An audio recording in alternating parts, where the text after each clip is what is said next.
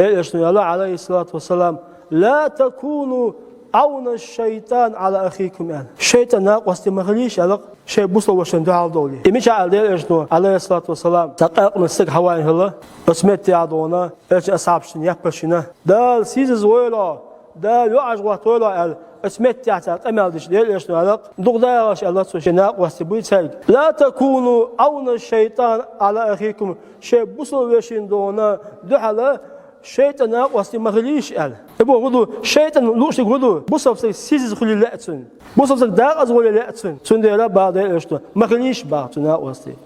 هو هذا شيء ويصل ده جاش يحسن قيتن بيحسن البخ اتدي الشيطان هو ديزالج ودا از دولار ديز اشتاق قمل دا از ولا اذا يتطاط دا از واقيل باخ الشيطان هو يدوق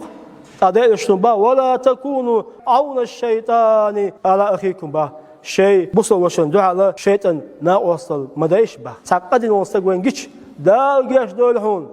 دال قية بول حلاق دال نسوة الديشتو دال أزواقيلا دال نعت كله الديشتات ويألع شيطان غدي يشتوي به دال يشتو عليه الصلاة والسلام